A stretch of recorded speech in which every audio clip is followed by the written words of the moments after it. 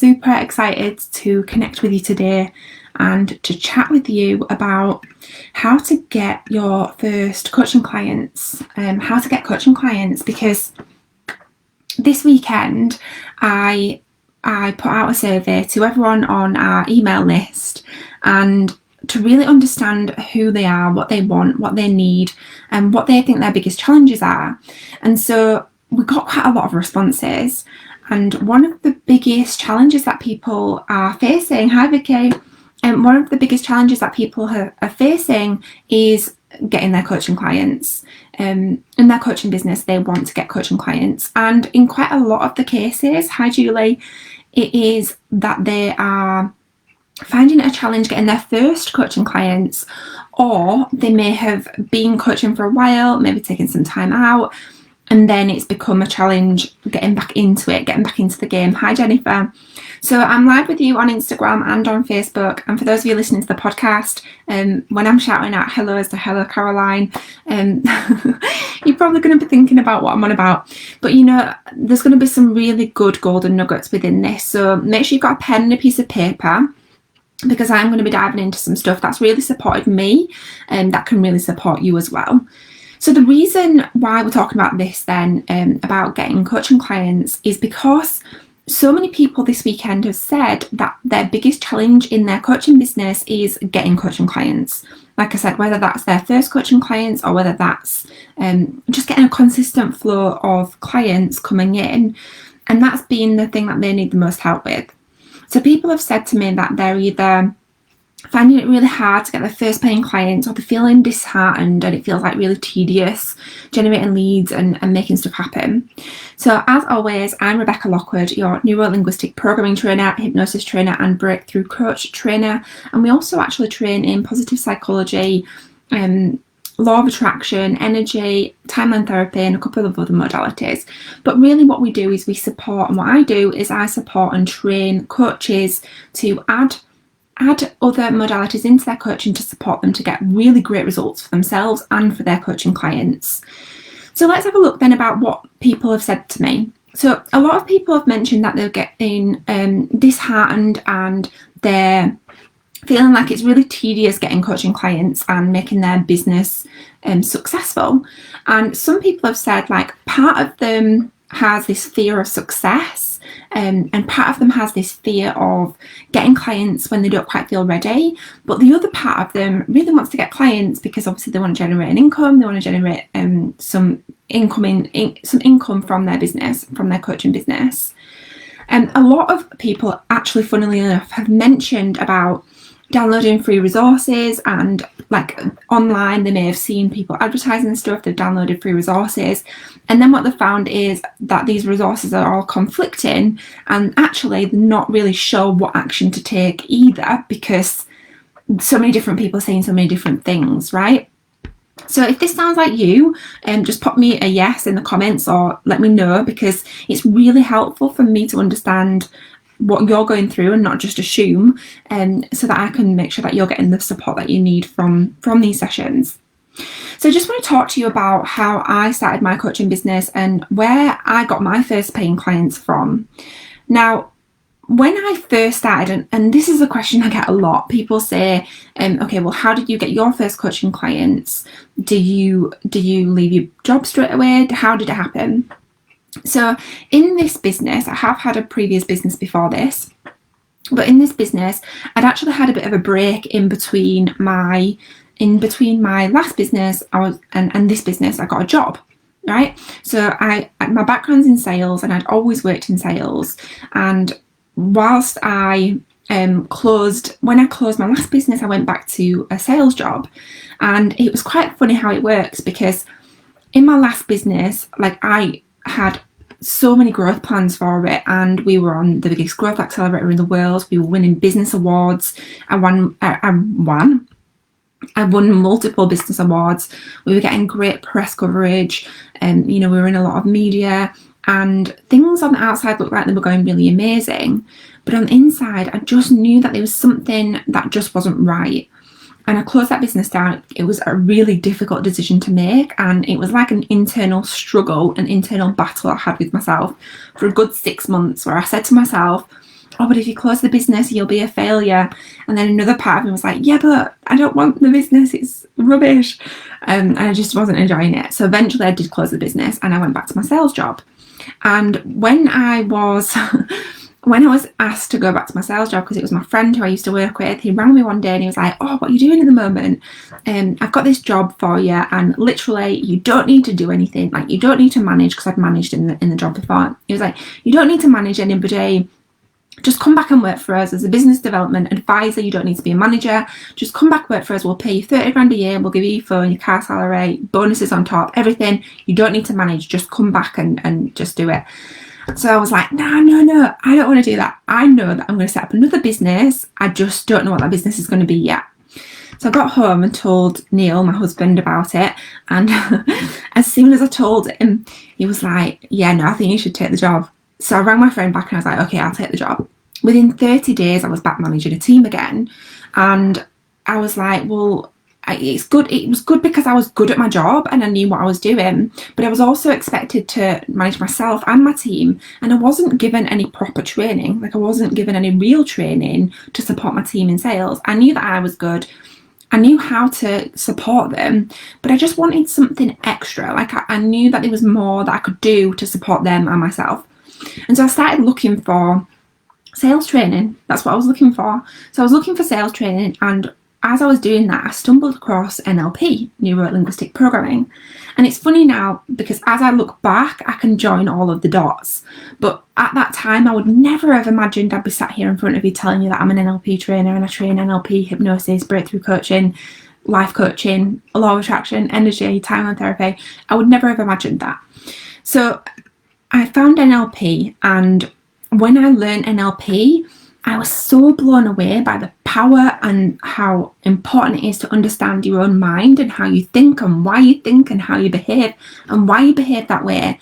And I realised that I'd not closed my business because I didn't want to do it. I'd closed my business because I didn't believe in myself to be able to make that business a success. And I was blown away. Like, my mind was like and at that point I realised that there must be so many other women who don't take action on things because they feel like they're not good enough to do it, or they may feel like they just don't have the answers so they can't do it, or some sort of limiting belief for whatever reason. They're just not taking action on their dreams and goals because they talk themselves out of it. If this sounds like you, just give me a wave. They talk themselves out of it, or they just, they have some negative self-talk or imposter syndrome. That's something that a lot of people have said over this weekend. They feel like they've got some imposter syndrome because they don't feel good enough, or they don't feel worthy enough, or they think that they need something else, or that they're not enough, right? And so what happened is, at that point, I knew that I had to help as many other women as possible not make the same mistakes that I made, and not necessarily that it was a mistake, but not have them limiting beliefs, because there's no need for them, right? We can do things, we can take action on things, we just sometimes need to work on ourselves and on our mindset. So when I then decided that and set up my coaching business off the back of that, I'd already had a background in sales. So I already knew that reaching out to people and speaking to people, like, I knew how to do that stuff. And so for me, it was a really easy process of really understanding, like, what is the problem that I'm solving? Like, so I knew that the problem that I was solving was about I knew that I wanted to work with female entrepreneurs, and I knew that I wanted to work with female entrepreneurs who are stopping themselves from taking action on their goals, or stopping themselves from achieving the things that they want to achieve because they might be either self-sabotaging, or they've got imposter syndrome or negative self-talk, or there's some sort of limiting beliefs that they're telling themselves. They're telling themselves some story about why they can't have all the things that they want, and they're stopping themselves from taking action. So I knew what the problem was. I knew the problem. Hi, lovely. I knew that the problem was that they had limiting beliefs and they were stopping themselves from taking action. So I knew the problem, and I knew that the solution was my NLP coaching, right? So I had the problem down to a T. I had the solution. So the problem was that they had limiting beliefs and they were stopping themselves from taking action. They were probably talking themselves out of it. They may be inspired to do something or inspired to take some action on something, but then they were talking themselves out of it and not doing anything, right? Not taking action on their goals, or even they may have been taking action on their goals. So if this sounds familiar, let me know. They may have been taking action on something, but then sabotaging their efforts, right? So just another quick story. This happened to me, and this was after my business first started. But what I used to do was I'd launch a program, and then I'd launch it, and I'd go to launch it, and then I'd talk myself out of it, and I'd think that I needed to launch something else. So then I'd start working on something else, and I'd launch or go to launch that. I'd create the stuff for the launches, start talking about it, and then I'd think I'd need to create something else, right? I'd think that I wasn't creating the right thing. And so I talk about this actually in my Coaching Secrets training in the webinar that I deliver, because that was a big mistake that I made about not getting really clear on the core offering, and that came after. So I still had an element of self-doubt and an element of limiting beliefs after this started, but at that point it was when I was scaling on my business, so I had the base of my business, and I had a good income coming in, but it was when I wanted to grow it to the next level that I started self-sabotaging with my group programs, right? So let me know if that sounds familiar.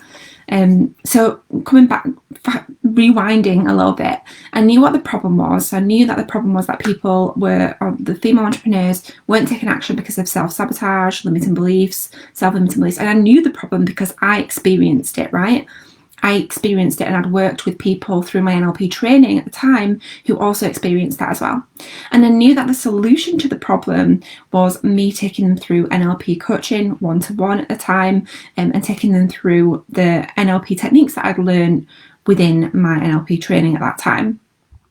So reaching out to people and having conversations with them, whether that was on Messenger, on Instagram, on email, on the phone, at networking meetings, them kind of things weren't new to me. So I felt really comfortable doing that. And you know, it wasn't, like I said, until I started to scale my business to the next level that I started to self-sabotage again. So it's really about firstly understanding, like, what are the problems that you're solving and what is the solution to that problem, and really understanding, like, who is the person I'm supporting, and who are they, what do they say the problem is, what do they think the solution is. And it's really interesting because as we've opened our Coaching Secrets Facebook group to support the women who have said that they need help with this challenge, and I've noticed a real difference in the people who have been through our NLP training program and the people who haven't yet been through our NLP training program. Now, most of the people, interestingly enough, most of the people who have been through our NLP training program or are currently going through our NLP certification program have said that they need help identifying limiting belief or the self-sabotage that's stopping them from taking action on achieving their goal. The goal is getting coaching clients, right? The people who haven't been through our program yet, or haven't been through our program, have said that they need help with the strategy side, and they need help with lead generation. Now, the funny thing is that, and this is what I experienced, is when you get rid of the limiting beliefs, when you eliminate the limiting beliefs, you'll learn the strategy. You'll just know what to do because you'll take inspired action from within, and you won't doubt your abilities to be able to take that action.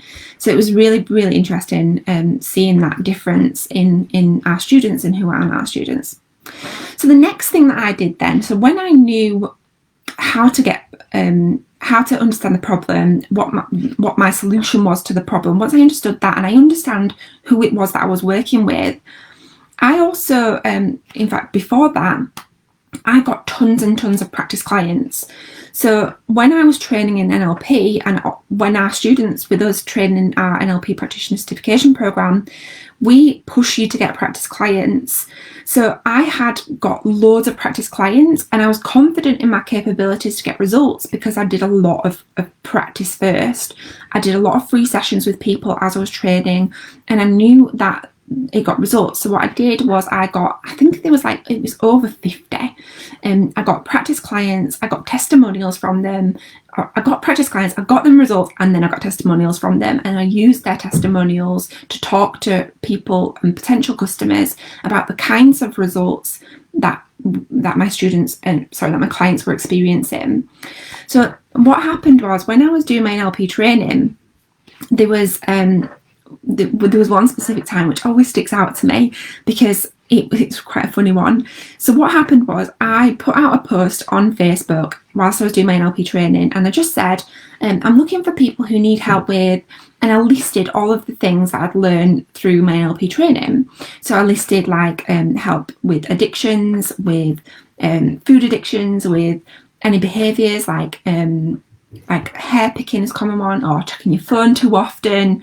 I wrote a list of everything that I was looking, I wrote a list of all the results that I knew I could get for people using the NLP techniques that I'd learned and that I now teach.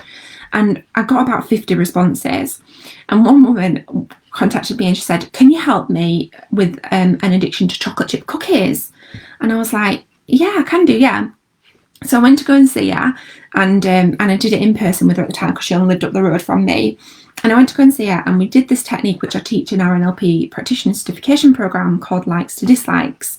And we went through the technique, and at the end of it I could see the look on her face, like she was like, I don't know about this. Like, you could tell she didn't know, and she probably didn't believe it was going to work, because she was very like reluctant and hesitant at the end. Anyway, I went away, and I thought, it's a practice session. It's helpful for me, great feedback, even picking up on the sensory acuity and calibrating on her behaviour of how she reacted after the technique was helpful for me as feedback to understand how to work with other people. So anyway, I went away and I didn't hear back from her for about 2 weeks, and all of a sudden I got this Facebook notification, and on the notification it was a testimonial from her, and she'd said, because her presenting problem was she kept getting home and reaching for the chocolate chip cookies, and she was eating a full pack. Now, something I just want to say is that it's only a problem if you think it's a problem. Like, sometimes I'll eat chocolate chip cookies and that's fine. It's not a problem. But for her, she had identified that it was a problem. It's not for me to say it was her problem. She decided that was her problem. So this testimonial said, I didn't even realise that I haven't had a chocolate chip cookie in over 2 weeks. So she'd not even realised that it had worked, because it had just completely gone. So it was super powerful. So it was testimonials like that from gaining practice clients. And there has to be a certain point where you say, right, I'm not doing any more practice clients now. I've got enough testimonials. I'm confident that the techniques that I'm using work. And there has to be a cut-off point. So I'm not saying work with people for free forever. Definitely not. Have a point where you say, right, I'm going to work with so many people for free. I'm going to practice with so many people. I'm going to get people results, and then I'm going to get them testimonials and collect them testimonials and share them. Then you don't have to tell people that they're people that you worked with for free. You can just share them as a customer testimonial. So that is, it's really important to be really confident in your capabilities to get results. So, I've had clients in the past before I delivered NLP certification programs, and this was one of the reasons why I decided to start delivering the certification, because I had clients in the past when I used to help with sales support. So one of the biggest things I used to do when I first started coaching was help people get rid of limiting beliefs to be able to generate sales in their coaching business. And I had one client, and she's amazing, she's an amazing lady. But what we identified when we started digging a little deeper into where, was there a limiting belief coming up? What was happening? Did she need some sales strategy? What was going on? And we realized that her limiting belief it stemmed from a real problem. It was a real problem. So she'd done a very cheap 20 quid Udemy coaching course, and she wanted to become a coach off the back of that. Now, I'm not saying there's anything wrong with Udemy courses. It's great as a taster. But what I have realised is that there is a difference between doing a real proper NLP coaching certification program like ours to doing a cheap 20 quid, short course.